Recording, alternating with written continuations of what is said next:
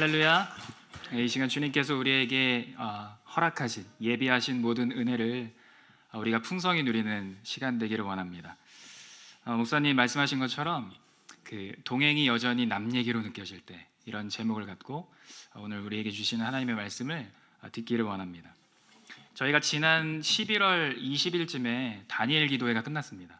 3주 동안 함께 이제 저녁마다 모여서 많은 강사님들의 말씀을 듣고 또 기도하고 그런 시간 가졌습니다. 저도 이제 여러 그 강사분들이 마음에 남아 있는 분들이 있는데 그 온성도 목사님도 기억에 남아 있고 중간에 그 이민아 대표님 그리고 제일 마지막에 하셨던 그 진정주 약사님. 그래서 많은 분들의 간증을 듣고 큰 은혜가 있었고 또 큰 도전이 돼서 기도했던 기억들이 있습니다. 저희가 그 새벽에도 모이고 또 낮에 여기서 기도하시는 분도 있고 또 밤에 다 같이 모여서 밤낮으로 기도하는 그런 시간을 보냈습니다. 그래서 저희가 두 가지의 큰 일들이 있었잖아요. 새생명 축제도 하고 또 임직식도 있었고, 그래서 기도로 준비해서 큰 은혜가 있었다 많은 고백들을 들었습니다. 이 교회 공동체가 영적으로 깨어나고 또 새롭게 세워지는 이 풍성한 마치 풍년 같은 이 시간 가운데 참 이상하게도 이 풍년 안에서 우리가 흉년을 경험할 때가 있습니다. 이 공동체는 풍년일 수 있는데 내 마음 가운데 나는 흉년인 것 같은데 이것을 경험할 수도 있다는 것입니다. 제가 경험을 했습니다. 제가 그 흉년을 경험했었는데 그 풍성한 은혜를 누리면서도 어느 날은 종종 내 마음 가운데 왜 이렇게 가난하지? 왜 이렇게 황폐한 것 같지? 이런 경험들을 한 적이 있었습니다.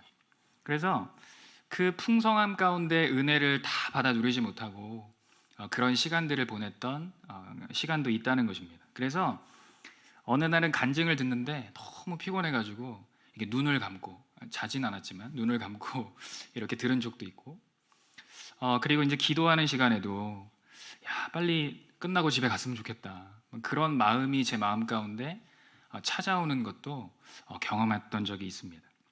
왜 그랬을까 고민해봤어요. 이 영적인 잔치 가운데 이 풍성한 시간 가운데 왜 나는 이런 흉년을 경험하고 있을까 살펴보기 시작했습니다.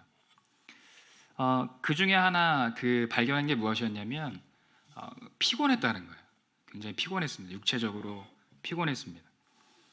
교회가 가장 바쁜 시즌이어서 준비할 것들도 사실 많았었고 그래서 뭐 이렇게 여러 가지 이제 할 일들도 많았었고 또 개인적으로 제가 이제 이사를 했거든요. 얼마 전에 이사를 하고 또 이제 결혼 준비를 하다 보니까 개인적인 일과 교회 여러 가지 일들이 겹치다 보니까 뭔가 마음이 분주하고 실제로 수면 시간이 줄고 뭐 이런 일들이 있었다는 것입니다.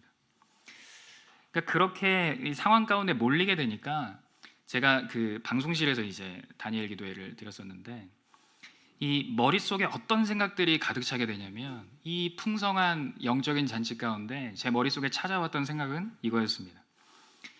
빨리 집에 가서 쉬고 싶다 이 마음이 찾아오는 거예요. 그러니까 말씀의 은혜가 있고 풍성한 이 잔치가 벌어지는 걸 알겠는데 이 마음 가운데 빨리 집에 가고 싶다 이 마음들이 찾아왔다는 것입니다. 그래서 그 생각에 딱 사로잡히니까 그걸 돌파할 수 있는 유일한 길은 가장 최선의 길은 그때 생각했던 것이 빨리 가는 거였습니다. 집에 빨리 가는 거. 이것이 유일한 길이다. 내가 지금 회복할 수 있는 유일한 길이다. 이게 그 순간의 유일한 답으로 느껴졌다는 것입니다. 여러분 이것은 어떻게 보면 굉장히 합리적인 생각입니다. 왜냐하면 평소 때보다 잠이 줄었다. 그러면 합리적으로 생각하면 잠을 보충하는 것이 합리적인 생각입니다. 그래야 회복할 수 있다. 굉장히 합리적인 생각입니다. 그래서 저는 그 흉년이 찾아오는 제 마음 가운데 그 생각을 탁 붙들었던 것입니다. 그런데 문제는 뭐였냐면 동일하게 하루에 막 3, 4시간 정도, 막 4, 5시간 정도 주무시면서 그 바쁜 스케줄을 소화하는 가운데서도 그 하나님의 은혜를 충만히 누리는 분들도 있었다는 것입니다. 다 같이 흉년이 찾아오면 그렇구나 하겠는데, 동일하게 바쁜 가운데 동일하게 지치는 몸을 갖고서도 주님의 은혜를 충만하게, 오히려 더 충만하게 평소보다 그렇게 누리는 분들이 있었다는 것입니다. 여러분, 우리가 이 땅을 살아가면서 이 흉년을 피할 수 없습니다. 우리는 지금까지 살아오면서 여러 흉년의 때를 우리가 만나고 경험하지 않았습니까? 어떻게 우리가 늘 여유가 있겠습니까? 우리가 어떻게 늘 건강하겠습니까? 우리가 살다 보면 지칠 때도 있고, 또 삶에서 어떤 여유를 잃어버릴 때도 있고, 뭐 아픈 날도 오고, 때로는 마음대로 안 풀리는 날들도 우리에게 찾아오게 됩니다. 그러니까 분명히 인생의 흉년의 때가 온다는 것입니다. 그런데 이 흉년을 맞이하는 사람에 따라서 어떤 사람은 이 흉년 때문에 이 흉년의 기간에 죽는 사람들도 있고, 어떤 사람은 이 흉년의 때에 더 살아나는 사람들도 있다는 것입니다. 여러분, 우리는 어떻게 하기를 원하십니까? 이 흉년의 때에 더 살아나기를 원하시지 않으십니까? 우리는 다 그런 마음을 가지고 있습니다.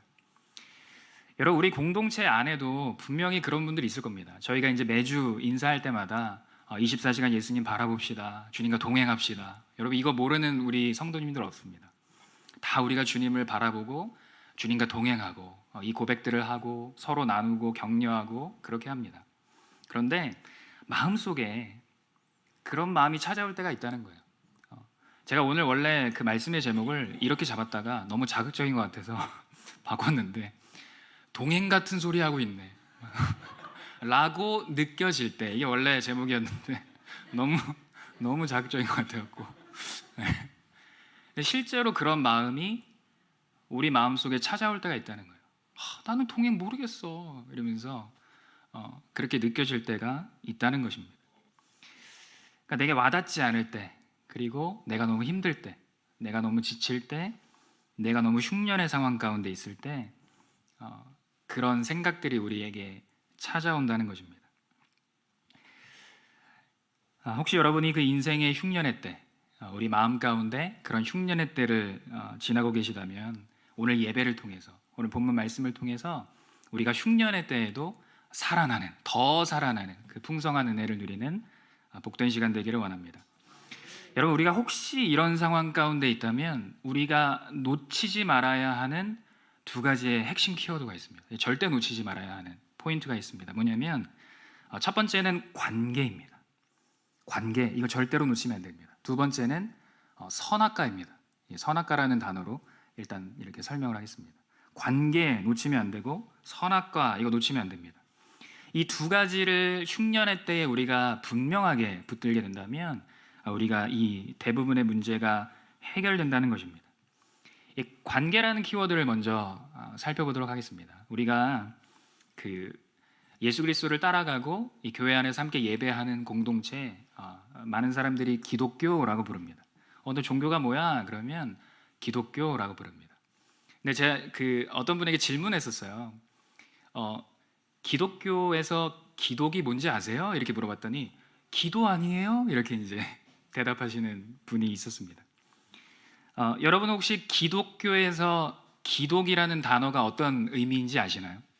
기독, 그리스도, 맞습니다. 기독하면 그리스도 예수님이라는 것입니다. 그래서 저희가 이제 신학교 다닐 때 학교에서 그 조직신학이라는 과목을 배우면 예수님의 삶과 예수님의 말씀들, 예수님이 어떤 분인가를 가르쳐주는 그 과목을 기독론이라고 불렀습니다. 그러니까 하나님을 가르쳐주는 과목이 신론이었고, 인간이 어떤 존재인가 인간론이었고, 예수님 누구시지 기독론이었습니다. 그러니까 기독교에서 기독은 예수 그리스도입니다. 중국 사람들이 그리스도를 한자로 음역해서 부를 때 기독이라고 부른다고 합니다. 여러분, 예수님 믿는 사람 우리가 크리스천이라고 하지 않습니까? 기독교인, 영어로 크리스천이라고 하는데, 거기에 크리스천 할 때 크라이스트가 예수 그리스도를 의미합니다. 그래서 내가 기독교인이에요, 나 크리스천입니다 라고 우리가 고백을 할 때 내 안에 예수 그리스도가 없으면, 나 크리스천이에요, 기독교인이에요 하는데 내가 예수 그리스도와 관계가 없다면 굉장히 이상한 일입니다. 그리고 내 인생이 예수 그리스도와 관계가 없다면 반드시 문제가 찾아오게 된다는 것입니다. 그러니까 그것 자체가 흉년입니다. 내가 주님을 믿고 따라간다고 예수 그리스도를 믿는 크리스찬이라고 고백하는데 그 안에 예수가 없다, 그게 흉년이라는 것입니다. 그리고 우리가 예수님을 잘 따라가다가 또 어려움을 당할 때도 있습니다. 그래서 잘 따라가다가 흉년이라고 느낀다면 그게 예수 그리스도와 우리와의 관계가 죄로 인해서든 아니면 어떤 불순종을 통해서든 이 관계가 분명히 막히거나 이런 문제가 발생했다는 것입니다. 그래서 우리가 인생의 흉년을 만나보면 이 관계라는 키워드로 우리의 인생을 점검하는 것입니다. 내가 주님과의 관계가 막힌 것이 죄 때문이었구나. 그러면 회개하고 주님께 다시 돌아가는 것입니다. 내가 주님의 말씀을 계속해서 들었는데 내 삶 가운데 어떤 순종의 걸음들이 없어서 그 불순종이라는 내 삶의 그 불순종 때문에 주님과의 관계가 막히게 됐다면 다시 회개하고 주님 앞에서 순종으로 반응할 때 그 관계가 회복되는 것들을 우리가 경험하게 된다는 것입니다. 여러분, 사람 사이에도 저희가 이제 같이 또 성도님들이랑 같이 또 좋은 관계들을 만들어가게 되는데 이 사람 사이에도 관계가 좋으면 서로 인사도 하고 자주 연락도 하고 때로는 연락해서 밥 사줄게 뭐 이렇게도 하고 때로는 어떤 경조사가 있으면은 이렇게 챙겨주기도 하고 사람과의 관계도 좋다라고 하면 이 좋은 관계라는 어떤 그 모습들이 우리 안에 드러나게 됩니다. 근데 관계가 안 좋으면 이 마주치면 안 되니까 멀리서 그 사람의 어떤 실루엣만 딱 보여도 피하게 됩니다. 제가 예전에 어떤 교회 건물에 있을 때 이제 엘리베이터가 있었는데 제가 1층에 있고 제가 이제 피하고 싶은 분이 4층에 있는 거예요. 근데 엘리베이터가 4층에서 내려오고 있습니다. 그분의 목소리가 들렸어요. 그러면 저는 이제 계단으로 황급히 그 문 열리면 그분이 나올 거니까 그래서 계단으로 황급히 도망갔던 기억이 있습니다. 그러니까 그런 걸 보면 그분과 나는 관계가 좋진 않구나 이런 것을 알 수 있다는 것입니다. 여러분, 우리가 지금 예수님과의 관계가 좋은가 나쁜가, 내 관계가 잘 되고 있나, 이것은 지금 내 삶에 문제가 있는데 이 문제를 내가 주님께 가지고 가서 내어놓을 수 있냐, 이 문제 주님 저 이런 문제 있어요 주님께 물어볼 수 있는가, 그리고 주님께 그 답을 지금 듣고 있다면 주님과의 관계가 좋은 것입니다. 그리고 예수님께서 우리에게 말씀하신 것이 분명하게 있을 때 그것을 순종으로 따라가고 있다면 지금 예수님과의 관계가 좋다라는 것입니다. 그러니까 지금 내가 영적인 어떤 침체, 영적인 어떤 슬럼프, 흉년이라는 시간을 보내고 있다면 이 관계라는 키워드로 오늘 이 예배의 시간을 통해서 내 삶을 한번 이렇게 탁 깊이 있게 조명해 보시기를 원합니다. 비춰 보시기를 원합니다. 여러분, 두 번째 우리가 붙들어야 되는 키워드 뭐냐면 선악과입니다. 선악과. 이 선악과는 우리가 창세기에서 초반에서 봤었는데 선악을 알게 하는 나무의 열매를 아담과 하와가 따먹고 나서 하나님과의 관계가 끊어진 그 사건입니다. 그래서 우리가 선악과라고 그 단어를 사건을 정리했는데 이 선악과의 핵심은 뭐냐면 선악을 누가 결정할 것인가 이거입니다. 선악을 누가 결정하지? 그러니까 선악을 내가 결정하면 그게 문제가 된다는 것입니다. 그러니까 선악이라고 하면 잘 안 와닿을 수도 있는데 이걸 이제 이해하기 쉽게 좀 생각하면 선과 악, 좋은 거 나쁜 거, 그리고 옳은 것 그른 것, 이거를 내가 결정하게 되면 이 문제가 발생한다는 것입니다. 여러분, 우리 삶 가운데서 보통 이것은 내가 결정하지 않습니까? 그거 옳지 않아 막 이렇게 내가 결정합니다. 그거 나쁜 거잖아 내가 결정합니다. 그리고 우리는 보통 이렇게 이야기를 합니다. 이 옆에 있는 주변에 있는 분들이랑 대화할 때 상식적으로 생각해 보세요. 이게 맞아요. 그러니까 상식적으로 이게 맞아요. 그리고 일반적으로 이렇게 합니다. 보통 이제 이렇게 표현하게 됩니다. 그래서 상식적이고 일반적이고 보통은 이렇게 하고, 그래서 그 기준으로 우리가 선악, 좋은 거 나쁜 거, 옳은 거 그른 거 이런 것들을 결정하게 됩니다. 살아보면 보통 맞더라고요. 보통 그렇게 하는 게 거의 뭐 맞을 때가 많이 있습니다. 그런데 우리의 삶의 중요한 순간에, 보통은 맞는데 삶의 중요한 순간에 그것이 맞지 않는다면 우리 삶 가운데 굉장히 어려움이 찾아오게 됩니다. 어, 저희 부모님 사업하시다가 사업이 망해서 그 10년 동안 복구했던 기억이 있습니다. 그러면 이 사업이 망한 것이 재앙인가 실패인가라고 생각했을 때, 물론 이제 힘든 시간들이 있었지만 저희는 그 10년이라는 시간을 돌이켜 볼 때 저희 가정 안에서는 하나님의 은혜를 고백하거든요. 그 시간을 통해서 부모님의 신앙이 더 깊어지고, 저희 부모님이 저에게 이제 그 어떤 이야기를 할 때, 성현아 너도 주님 한 분만으로만 만족했으면 좋겠어, 이렇게 믿음의 고백을 하시고, 그러니까 그 실패처럼 보였던 그 사업이 망하는 것을 통해서 우리 부모님의 또 우리 가정의 믿음이 더 깊어지게 되는, 더 주님께 가까이 가게 되는 그 일들이 일어났다는 것입니다. 그러면 그 사건은 과연 선인가 악인가, 옳은 것인가 그른 것인가, 좋은 일인가 나쁜 일인가, 그러니까 우리의 기준으로 결정하기 어렵다는 것입니다. 믿음이 없는 사람들 중에서도 이 원리를 어느 정도 알고 있어서 뭐 이런 글이 있습니다. 우리가 그 인간만사 세옹지마다 뭐 이런 얘기도 세상에서 하지 않습니까? 중국의 한 노인이 살았는데 그 노인이 키우던 말이 국경을 넘어갔습니다. 그래서 말을 잃어버렸으니까 주변 사람들이 어떡해요 뭐 하면서 이제 위로하게 되었습니다. 그러니까 이제 노인이 그 위로를 듣고 나서 이 일이 복이 될지 어떻게 합니까? 그러니까 좀 시간이 지나니까 그 도망쳤던 말이 또 다른 말을 데리고 이 노인에게로 다시 돌아왔습니다. 그래서 사람들이 실제로 진짜 말씀하셨던 것처럼 이게 복이 되었네요 라고 하니까 그 노인이 이게 화가 될지 또 어떻게 합니까? 뭐 이런 도인 같은 말을 계속 했습니다. 그러고 나서 그 며칠 후에 그 노인의 아들이 그 말 타다가 떨어졌습니다. 다리가 부러지는 사건이 일어났다는 것입니다.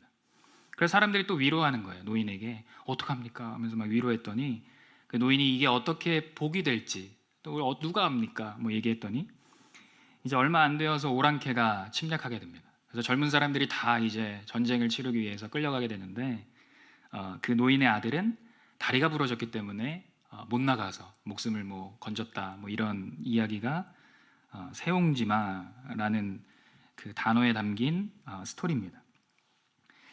여러분, 우리가 선악을 내가 결정할 때부터 우리의 인생이 참 피곤해지기 시작했습니다. 하나님과의 관계 안에서 주님의 음성을 듣고 그 안에서 풍성한 삶을 누리면 됐었는데, 이제 내가 선악을 알게 하는 나무의 열매를 먹고 그것을 내가 결정하는 그때부터 우리의 인생이 굉장히 험난해지기 시작했다는 것입니다. 그래서 이것을 내가 결정하니까, 근데 우리는 모르지 않습니까? 보통은 맞다고 하지만 우린 잘 모릅니다. 지금 일어나는 일이 좋은 건지 나쁜 건지, 선한 건지 악한 건지, 옳은 건지 그른 건지 모릅니다. 그저 내 경험과 내 중심으로 판단한다는 것입니다. 근데 우리가 성경을 처음부터 끝까지 잘 읽어보면 성경의 목소리는 굉장히 분명합니다. 선악의 기준은 하나님이시다, 분명하게 이야기하고 있다는 것입니다. 내가 볼 때 이건 분명히 악이야, 나쁜 거야, 너무 확실하게 내가 고백하고 이야기하지만 하나님께서 그것이 옳다 하시면 옳다라는 것입니다. 여러분, 이게 우리가 참 견디기 힘들어하는 지점입니다. 이 지점. 아니, 이거 분명히 악한 것인데 주님 왜 이것을 선하다고 하시는가? 이거 분명히 나쁜 것인데 주님 왜 이것을 좋은 것이라고 하시는가? 이 지점이 우리 인간의 실체로서 굉장히 괴로운 그 지점이라는 것입니다. 우리가 자기중심적이기 때문에 본성이랑 안 맞으니까 너무 괴롭다는 것입니다. 여러분, 어떤 매장에서 80% 할인을 하게 됩니다. 너무 좋잖아요. 80% 할인하면. 근데 이 80%를 할인하는 일이 좋은 일인가 나쁜 일인가, 이게 내 상황에 따라서 바뀔 수 있다는 거예요. 내가 어제 좋은 코트를 어제 샀어요. 80% 할인하기 전에. 그러면 이 오늘 내가 길거리를 걸어가다가 그 매장에서 80% 할인한다는 것은 악한 일입니다. 나쁜 일이에요. 사장 막 전화 막 해야 되는 일이에요. 근데 때마침 이제 이 다음 주에 가족 행사가 있어서 때마침 그 매장을 지나가는데 80% 할인을 한다는 거예요. 저거 제가 예전에 장바구니에 담아갔던 그 코트예요. 그러면 이거는 굉장히 좋은 일입니다. 선한 일입니다. 그러니까 어떤 똑같은 상황을 놓고서도 우리는 이 내 중심적으로 생각할 수밖에 없는 그런 존재라는 것입니다. 그래서 우리에게 중요한 것은 무엇인가? 이게 선인지 악인지, 좋은 건지 나쁜 건지 알 수가 없어요. 그래서 우리는 주님께 물어보는 수밖에 없다는 것입니다. 주님, 이게 내 삶 가운데 있어서 주님의 계획 안에서 이게 좋은 것입니까?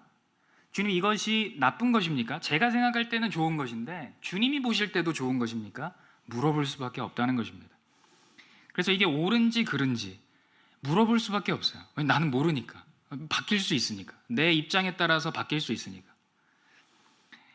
여러분, 그렇지 않으면 이걸 주님께 우리가 묻고서 주님의 음성을 듣고 주님의 마음을 받고 결정하지 않으면 그렇지 않으면 우리는 상식적으로 결정할 수밖에 없습니다. 상식적으로, 보통의 선에서, 그리고 일반적인 선에서 결정할 수밖에 없다는 것입니다.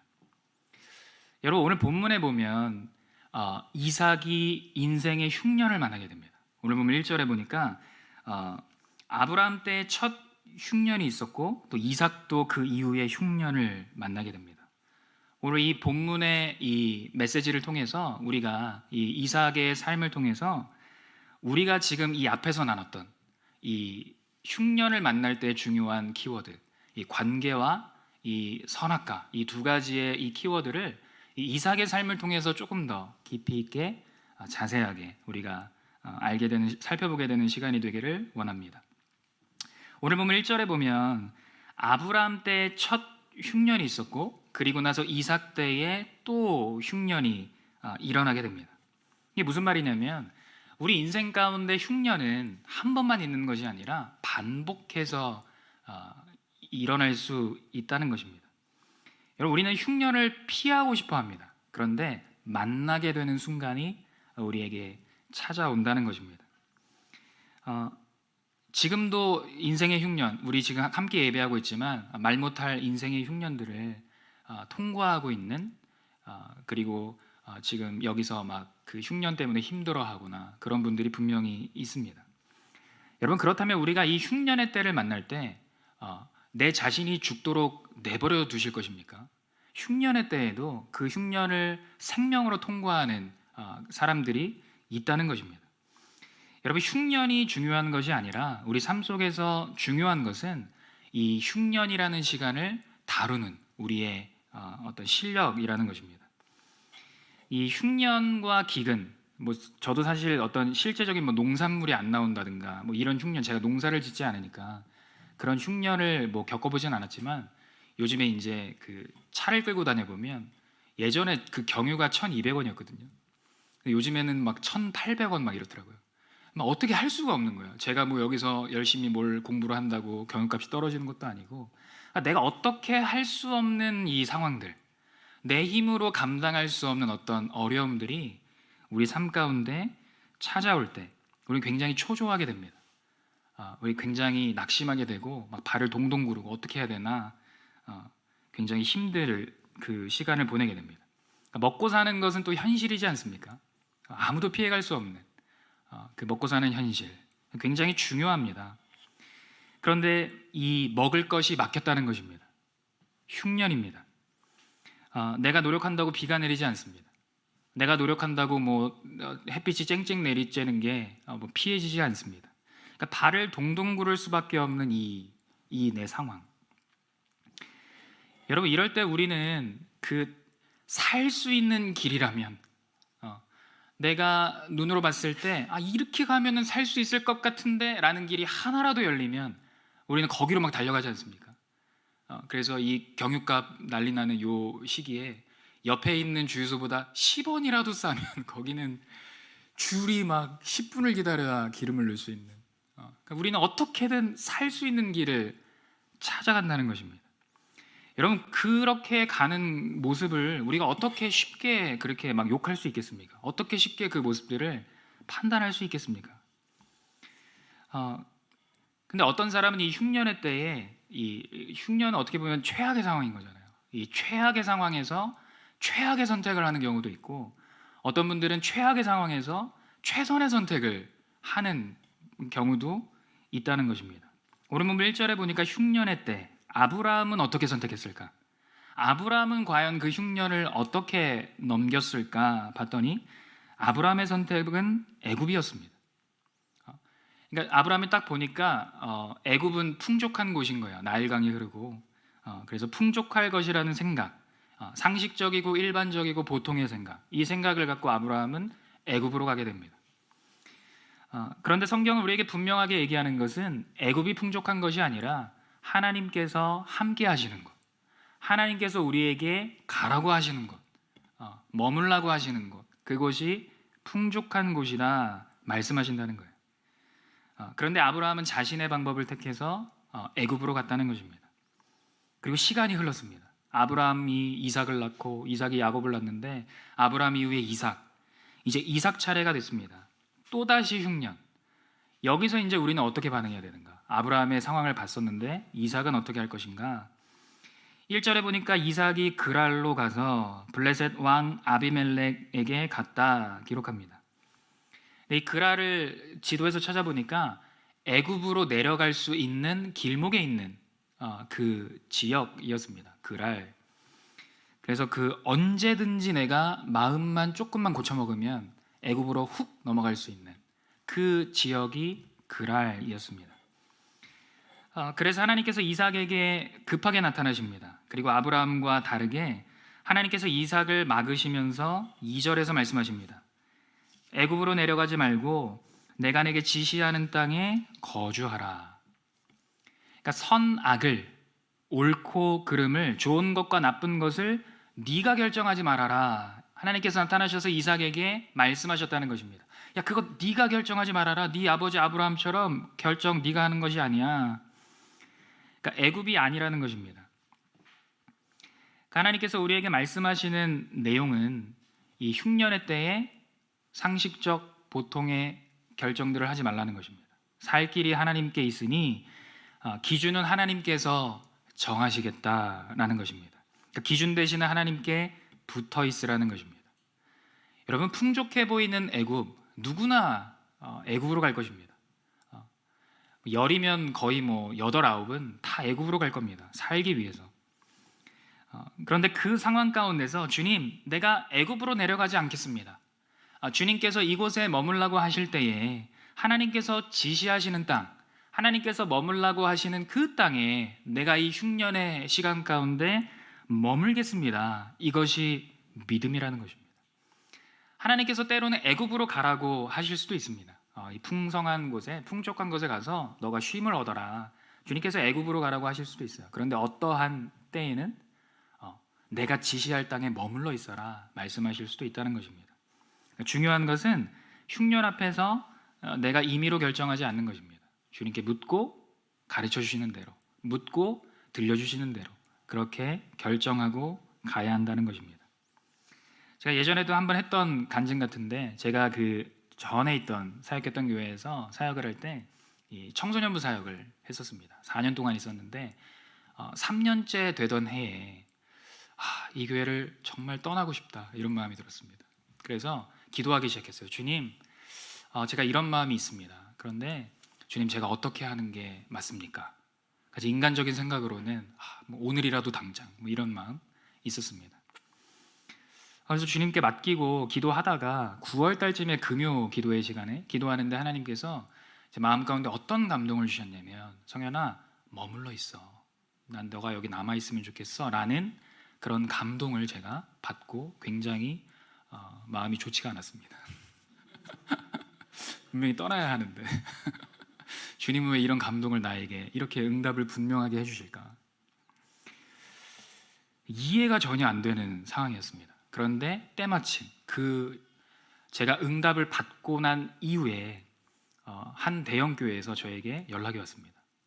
너가 와서 같이 사역해 주면 좋겠다. 그 연락이 왔습니다. 그래서 제가 이 이야기를 주변에 있는 그 동기 뭐 형님들 다 이제 목회하시는 분들이거든요. 전도사님들, 뭐 목사님들 연락을 드렸어요. 연락을 드렸더니 당장 나와라 이런 저에게 확신을 주는 당장 나와라 그런 말씀을 해줬습니다.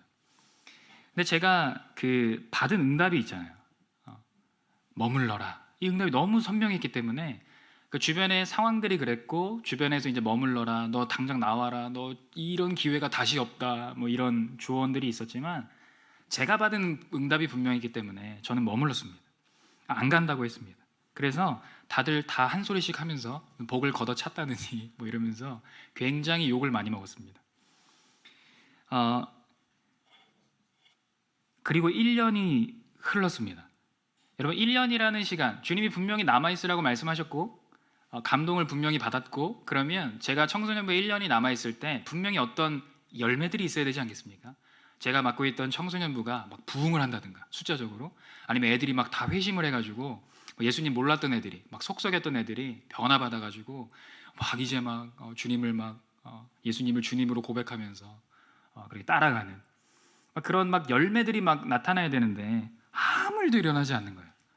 숫자도 그대로고 애들도 다 철이 없고 하나도 변화되지 않고 내 1년을 왜 이러고 1년을 내가 여기 있어야 되나 막 이런 마음이 들었습니다.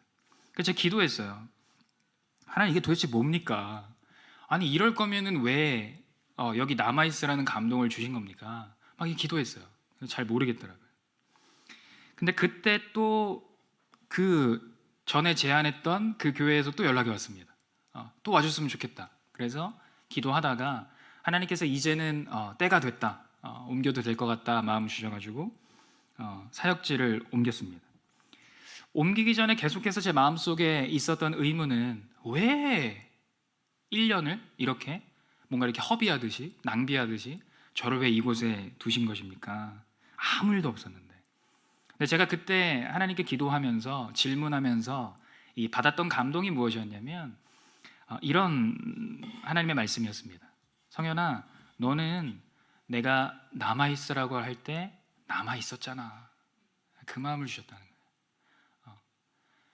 야, 나는 내가 남아있으라고 할 때 남아있는 사람이 필요해.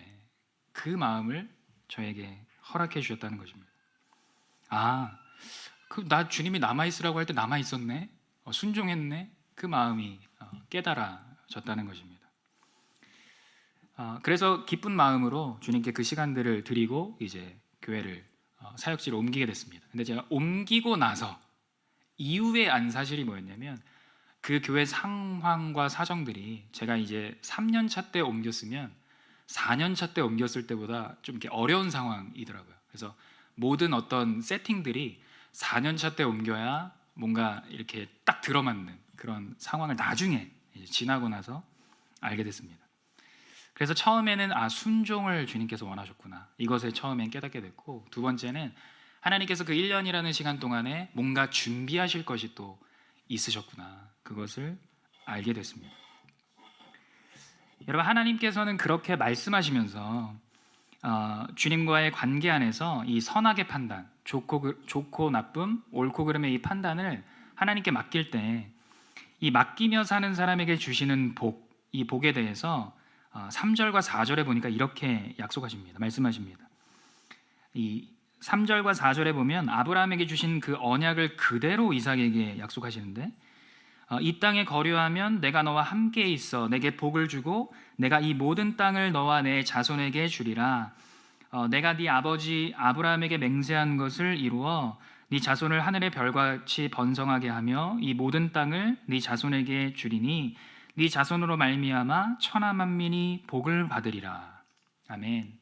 여러분, 애굽으로 가면은 단순히 그냥 배고픔만 해결할 수 있는, 애굽에는 먹을 것이 있을 거니까 그 정도 선에서 끝나는, 인간적으로 우리가 해결할 때 그럴 수 있지만 주님이 말씀하시는 복은 우리의 상상을 뛰어넘는 이 복이라는 것입니다. 3절에 보니까 하나님이 우리와 함께 해주시겠다 말씀하십니다. 여러분, 하나님께서 우리와 함께 해주시면 무엇이 두려움이 있겠습니까? 내가 주님과 함께하고 있다는 확신이 있다면, 어둠 가운데 주님이 나와 함께하고 있다는 확신이 있다면 어떤 두려움이 있겠습니까? 그 김하중 장로님, 그 하나님의 대사 책 쓴 분, 그분이 이제 간증할 때 전 참 재밌었거든요. 그 하나님께 물어보잖아요. 하나님 갈까요? 가라. 그럼 가고. 하나님 이 사람 만날까요? 만나지 마라. 이러면 안 만나고.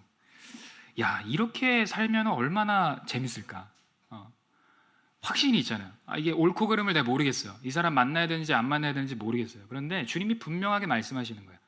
너 그 자리에 반드시 가야 된다. 그러면 두려워도 가는 거예요. 너 그 자리에 가면 죽는다. 그럼 안 가는 거예요. 너무 매력적인 자리인데 안 가는 거예요. 야, 이렇게 살 수 있다면 얼마나 신날까? 주님이 책임지시고 주님이 열어주시고 주님이 알려주시고 주님이 인도해 가시는 이 삶, 얼마나 신나는 인생일까? 그 간증 들으면서 그렇게 생각하게 되었습니다. 주님과 동행하며 말씀에 순종하는 자가 누리는 복, 오늘 본문의 3절과 4절이라는 것입니다. 여러분, 그 아브라함의 복이 이제 이삭에게로 흘러옵니다. 이 하나님의 약속의 말씀을 들은 이삭의 반응이 어떠한가? 6절에 보니까 이삭이 그랄에 거주하였더니, 다행히도 이삭이 애굽으로 안 갔습니다. 주님의 그 말씀에 반응해서 그랄에 머물게 됩니다. 여러분, 우리 삶 가운데서 흉년 만날 때 이렇게 한번 통과할 수 있습니다. 그렇지 않습니까? 우리가 주님의 말씀 앞에서 이렇게 우리가 말씀 들었을 때 한번 결단하고 주님 앞에서 순종하고 흉년의 때에 반응하며 나아갈 수 있습니다.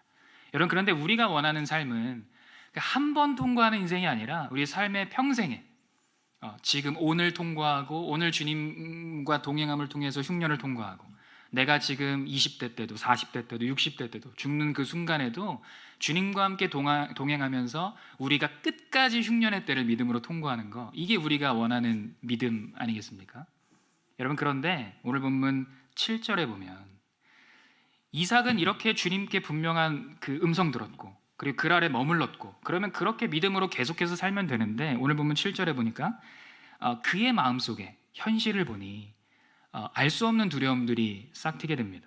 7절 보니까 그곳 사람들이 그의 아내에 대하여 물음에 그가 말하기를 그는 내 누이라 하였으니 리브가는 보기에 아리따움으로 그곳 백성이 리브가로 말미암아 자기를 죽일까 하여 그는 내 아내라 하기를 두려워함이었더라. 이게 아버지 아브라함이 했던 것과 똑같은 반응이었습니다. 자기 아내를 누이라고 속이는. 그러니까 5절까지 나타난 하나님 말씀 그냥 믿음으로 붙들고 끝까지 가면 되는데 이 믿음이 흔들리는 거예요. 그렇지 않겠습니까?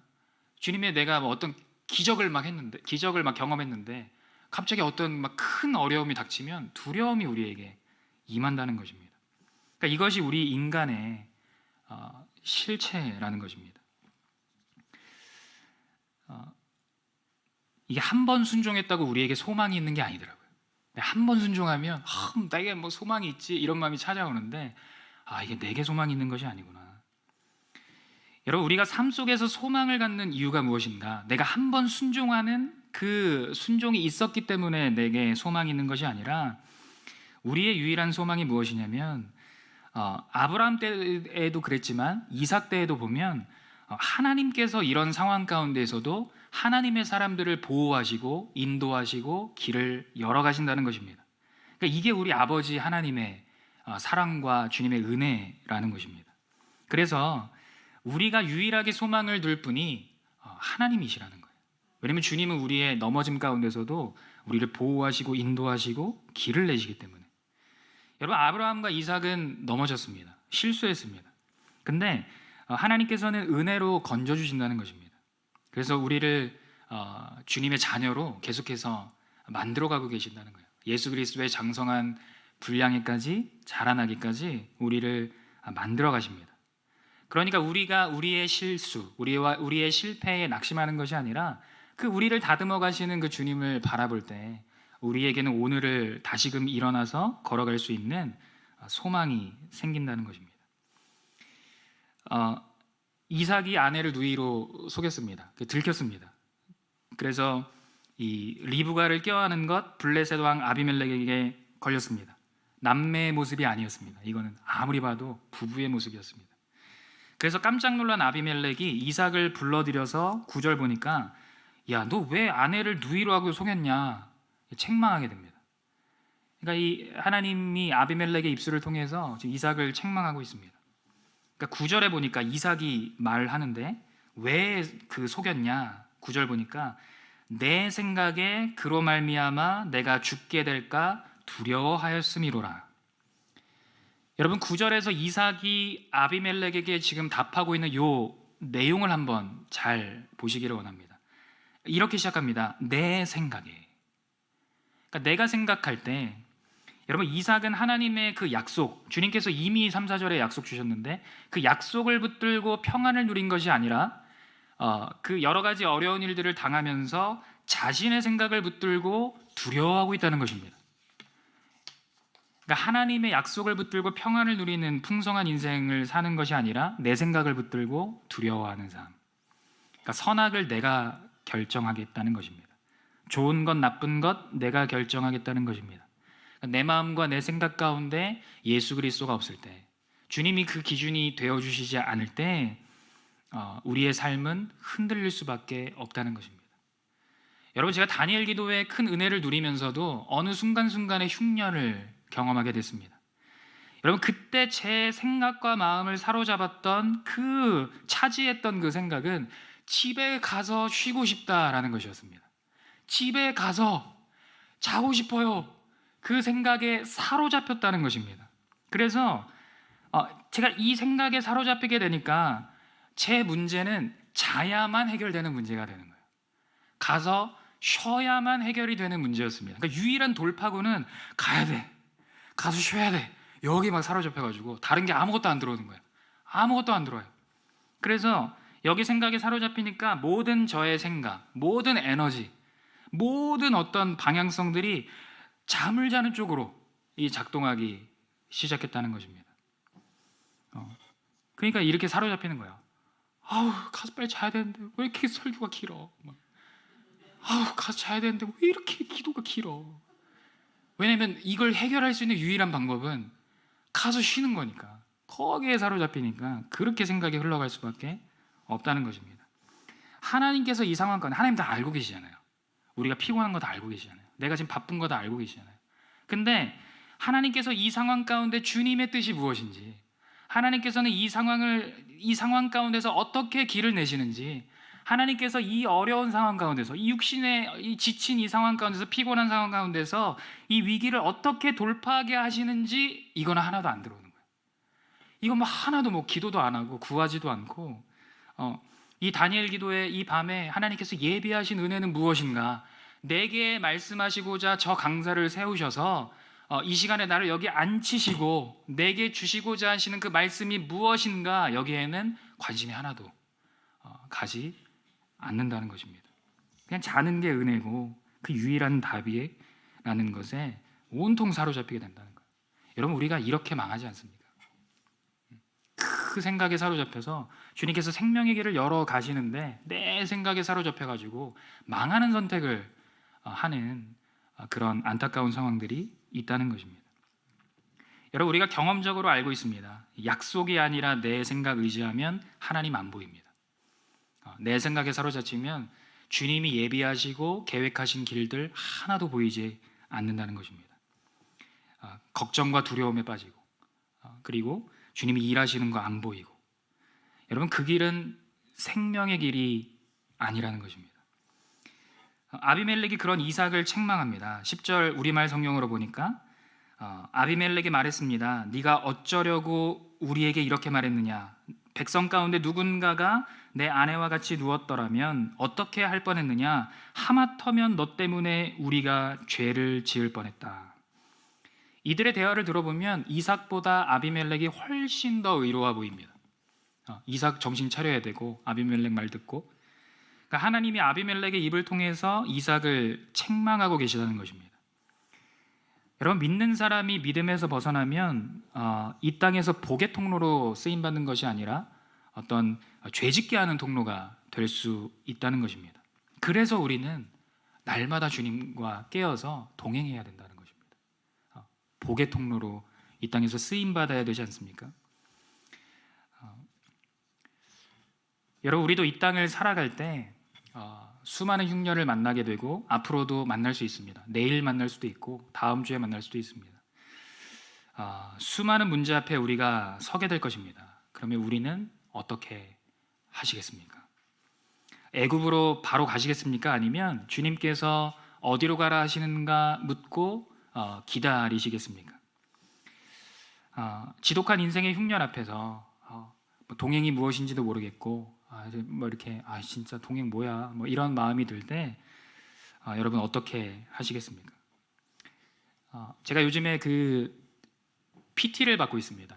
헬스장 다니고 있는데 제가 딱 봐도 비실해 보이니까 벌크업을 하기 위해서 이제 5kg, 10kg 막 증량하고 싶다 이 간절한 소망을 갖고 헬스장에서 지금 PT를 받고 있습니다.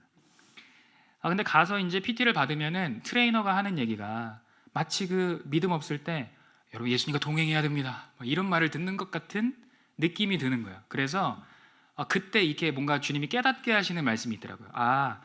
예수님과의 동행이 무엇인지 모를 때 공동체 안에서 주님과 동행해야 됩니다 이런 말을 들으면 그 트레이너가 자 근육이 자극이 오고 있죠? 이 말을 들으면 근육이 없는데 자극이 어디로 오는 거지? 이걸 어떻게 알죠? 근육이 없는데 맨날 자극이 오고 있다고 얘기를 하니까 서로 다른 공간에 있는 것처럼 무슨 얘기인지 하나도 모르겠다는 것입니다. 그래서 트레이너가 쓰는 방법을 보니까 이런 방법을 쓰더라고요. 일단 근육을 설명을 해줘요. 여기 무슨 근육이 있고요, 무슨 근육이 있고요. 이 운동은 지금 여기를 뭐 이렇게 자극해서 키우려고 하는 운동이에요. 그러면서 그 트레이너가 이제 근육을 설명해 줍니다. 그리고 이제 시키는 거예요. 이거 이제 뭐 10번 해보세요. 10번 할 때 자 뭐 자극이 오셨나요? 그러면 모르겠는데요. 그러면 또 시킵니다. 이제 무게를 늘려가지고 또 해보세요. 그리고 이제 또 하면 자 당기는 느낌이 나나요? 이 운동이 끝난 다음에 뭐 이렇게 해보라고도 하고 그럼 그때 여기가 뭐 당기는 느낌이 있으면 잘 한 겁니다. 안 나는데요? 그럼 이제 트레이너가 또 그럼 한 번 더 해볼까요? 막 이러면서 이제 또 하는 거예요. 그리고 나서 못 느끼니까 트레이너가 어떤 방법을 쓰냐면 제가 운동할 때 자극이 들어가야 되는 그 어깨에 손을 올리고 계속 손가락으로 거기를 톡톡톡톡톡톡톡 치는 거예요. 제가 땡길 때 계속 톡톡톡톡톡톡 칩니다. 그게 톡톡톡톡 치는 느낌은 나잖아요. 근육은 없지만 이제 피부는 있으니까 이게 이제 느낌이 나니까 여긴가 하면서 생각은 여기겠거니 하면서 하는데 사실 자극은 안 오거든요. 계속 이제 뭐 같은 장소에 있지만 무슨 소리 하는 거지 하면서 시간이 지나간다는 거예요. 근데 놀라운 경험을 하나 한 것은 운동을 하고 집에 와서 자고 일어나니까 여기 근육이 있었구나. 너무 아픈 거예요. 뭐 이렇게 막 팔이 안 올라가고 여기 막 근육이 아프고 그래서 그때 여기에 근육이 있었구나 이것을 제가 깨닫게 됐다는 것입니다. 그러니까 제가 이렇게 생각하는 거예요. 근육이 있는데 내가 못 느꼈네. 그래서 여기를 자극하라는 거구나 하면서 한번 감을 딱 이렇게 잡게 됐다는 것입니다. 여러분 우리가 동행이 여전히 이 남 얘기라고 느껴질 때 우리가 어디를 가서 답을 얻을 수 있겠습니까? 여러분 제가 헬스장에서 트레이너가 하는 얘기가 못 알아듣겠다고 운동이 아닌 다른 걸로 제가 벌크업을 할 수 있겠습니까? 다른 어떤 방법으로? 이거는 잘 먹고 열심히 운동하는 방법밖에는 없다는 것입니다. 그래서 우리가 주님과의 동행이 느껴지지 않을 때, 여전히 남 이야기처럼 느껴질 때 다른 곳에 가서 답을 얻을 수 없다는 것입니다. 그러니까 답을 예수 그리스도 밖에서 찾으면 여전히 풀리지 않은 숙제로 우리가 남게 됩니다. 제가 운동을 해보고 그 예전에 이제 영어를 가르치는 일을 해보니 많은 사람들이 동일하게 고백하는 게 뭐냐면 그 어떤 것들을 알려줬을 때 그것을 반복하지 않습니다. 영어도 제가 가르쳐 보면 사람들이 이제 물어보는 것은 어떻게 다른 방법은 없나요? 힘든 거예요. 그러니까 이게 안 되는 거예요. 다른 방법은 없나요? 그 방법만 한 10년 찾다가 결국 못하고 다이어트도 그렇고 운동도 그렇고 계속해서 그럽니다. 근데 여러분 하면서 느끼는 것이 중요하다는 것입니다. 내가 못 느끼면 옆에 있는 사람들이 톡톡톡톡톡 이렇게 쳐줄 거거든요. 야 예수님과 동행하는 거 이런 거였어. 우리 수요 모임 때 나눔하잖아요. 이렇게 하는데 주님과 이렇게 동행했어. 이런 은혜가 있었어. 이게 톡톡톡톡톡 쳐주는 거예요. 우리 공동체 안에서. 그러면 주님이 그렇게 일하시나 보다 이렇게 느끼는 것입니다. 그래서 이 흉년의 때에는 옆에 있는 그 트레이너가, 우리 성도님들이 나보다 먼저 믿음의 길을 갔던 분들, 그런 분들이 이렇게 톡톡톡톡톡 여기 집중해봐 하면 그 하나님의 말씀이 강조하고 있는 그 부분을 통해서 우리 인생을 계속해서 돌아보는 것입니다. 여러분, 오늘 말씀에서 관계와 선악과 얘기했잖아요. 그러면 난 잘 모르겠어요. 예수님과의 동행 모르겠어요. 그러면 이 관계와 선악과라는 이 내용으로 내 인생을 한번 이렇게 돌아보는 거예요. 내 주님과의 관계 어떻지? 괜찮았나? 나 주님께 물어보고 있나? 내 인생에서 좋은 거 나쁜 거 내가 결정하고 있지 않았나? 내 인생을 그걸로 이렇게 비춰보는 것입니다. 그러면 이제 알게 되는 것입니다. 시간이 지나고 계속해서 주님 말씀 안에서 거하고 기도하면서 주님 따라가면 이제 깨닫게 되는 것들이 있다는 거예요. 잘은 모르겠어요. 그런데 근육이 거기 있었네? 그때가 오게 된다는 것입니다. 내가 자극이 들어가는지는 모르겠는데 이렇게 해보니까 아프네? 여기 있었구나. 그 자리까지 하나님께서 우리를 인도해 가신다는 것입니다. 그 일들이 일어난다는 것입니다. 여러분, 오늘 이 말씀을 통해서 우리가 예수님과 동행하는 그 삶, 우리가 한 걸음 더 걸어가는 복된 시간 되기를 원합니다. 오늘 말씀을 통해서 깨닫게 하시는 그 은혜와 또 믿음으로 반응하는 그 복된 그 은혜를 우리가 누리기를 원합니다.